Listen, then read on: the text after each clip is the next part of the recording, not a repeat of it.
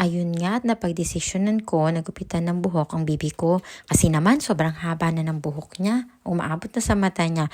At ang problema, only mommy cuts my hair daw. Ayaw niya sa barbero. Ewan ko ba kung bakit.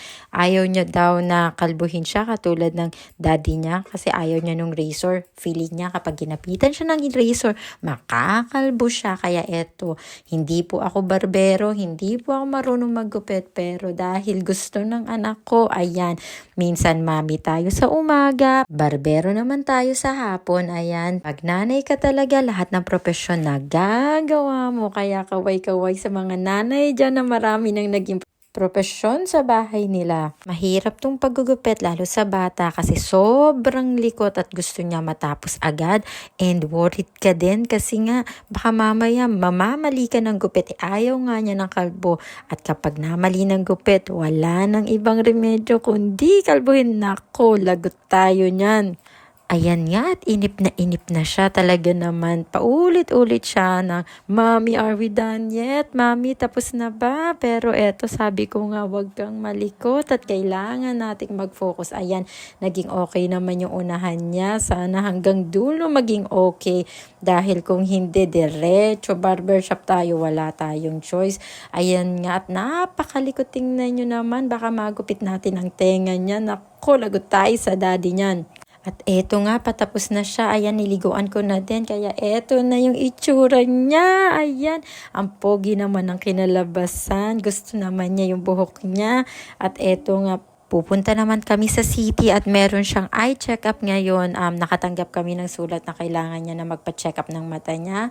Yun naman yung gusto ko dito sa UK. Talagang namomonitor ang health ng mga bata. So eto, maglalakad kami at sasakay kami ng bus dahil wala ang habibi ko at nasa trabaho. At eto nga, napakalikot. Tingnan nyo naman, nasa kalsada lang, gusto sumasayaw pa. Ayan nga siya.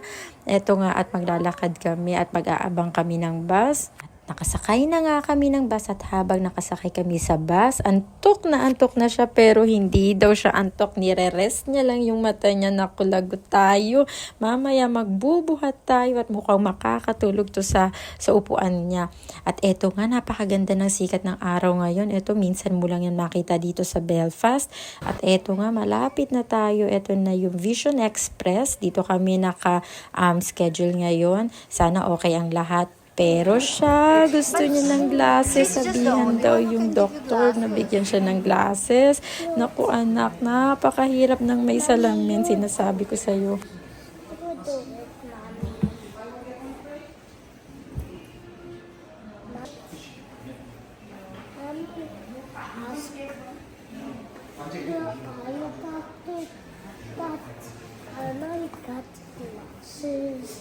At eto na nga, sasalang na siya. Ayan, napakamasunurin at napaka-behave niya.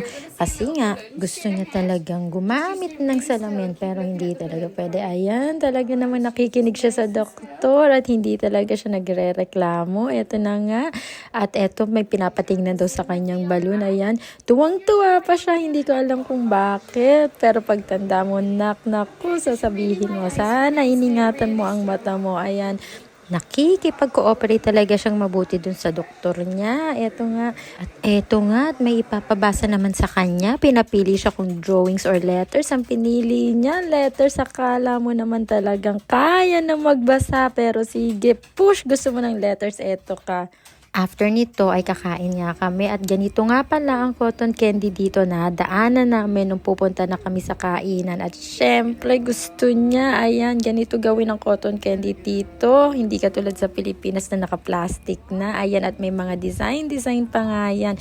Eto, at lalabas na lang yan at kukunin mo na lang yan. Eto, ayan, tada! Talaga nga naman, ang ganda, oh. At saka parang ang sarap niya tingnan talaga. Pero naku, sobrang tamis nung tinikman ko. Ayan na nga, at kukunin na nga niya.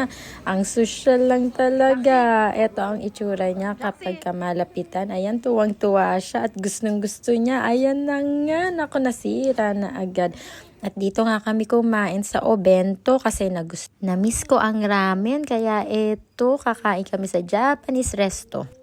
If you like this video, comment below and subscribe. Goodbye.